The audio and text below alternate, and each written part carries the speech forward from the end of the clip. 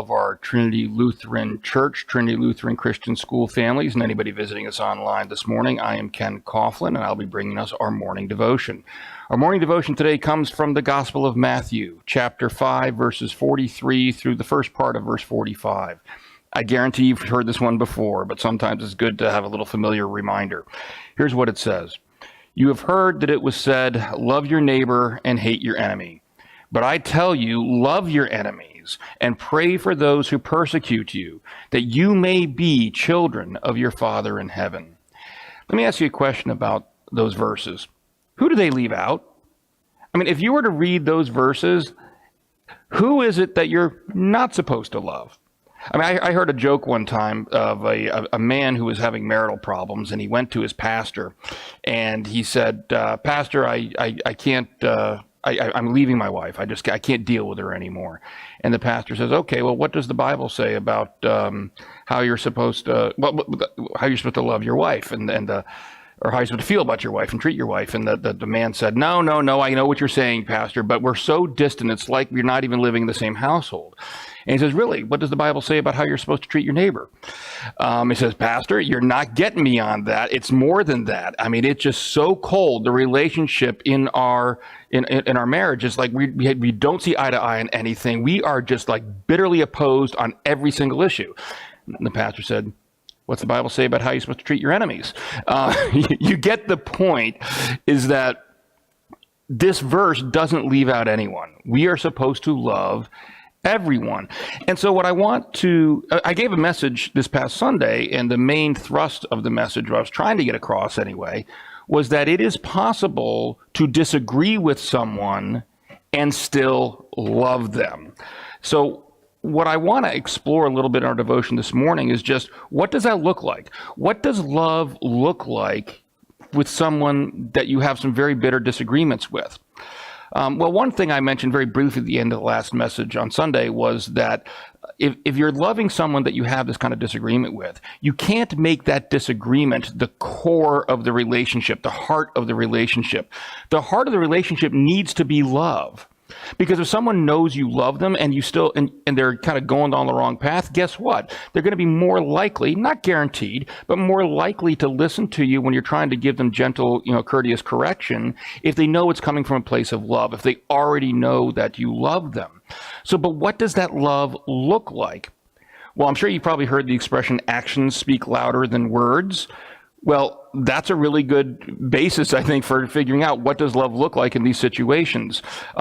When you say you love someone that you disagree with, are you just saying it or are you showing it? Love is an action word. I gave the example in the message this past Sunday of an article I had just read on Saturday of a Catholic church down in Washington, D.C., there were migrants that had crossed the southern border illegally, and they were coming by bus into Washington, D.C. And when they arrived, they had nothing. They didn't have food, they didn't have clothing, they didn't have shelter, they had nothing. And the Catholic Church there in D.C. was helping these migrants with those basic necessities of life, okay? Just giving them food, giving them clothes, so they wouldn't starve, so they wouldn't, well, you're not going to freeze in July, but you know what I mean. Now, and one thing that I wanted to go over today is this provides a very good example of showing love to someone, even if you disagree with them. Look, you can believe, as I'll be honest with you, I do, that many of our government's policies are incentivizing people to come here illegally.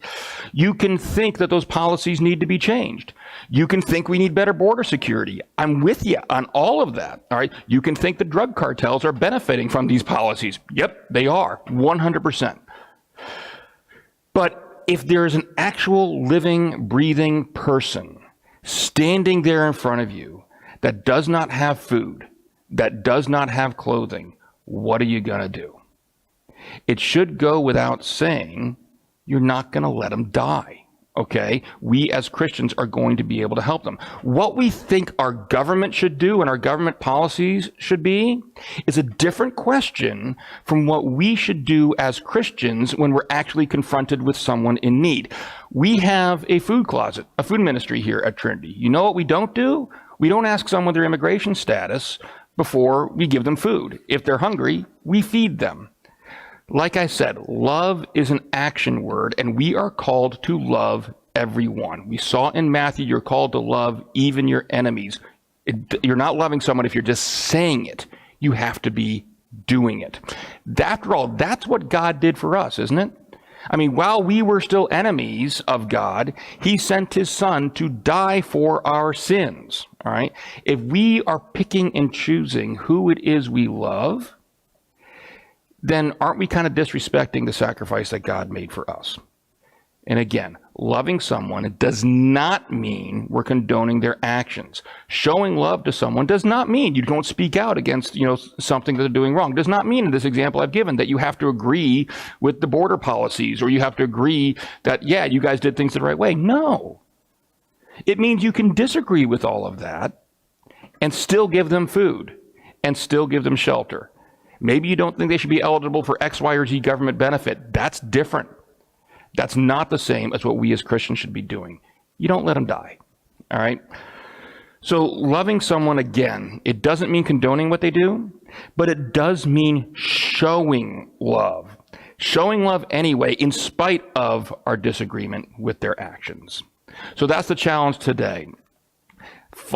Ask yourself, am I showing love? Not just saying that I love people, not just to those that are close to me that it's easy to do, but to those who it's harder for me to do. All right? God bless everybody. See you next time.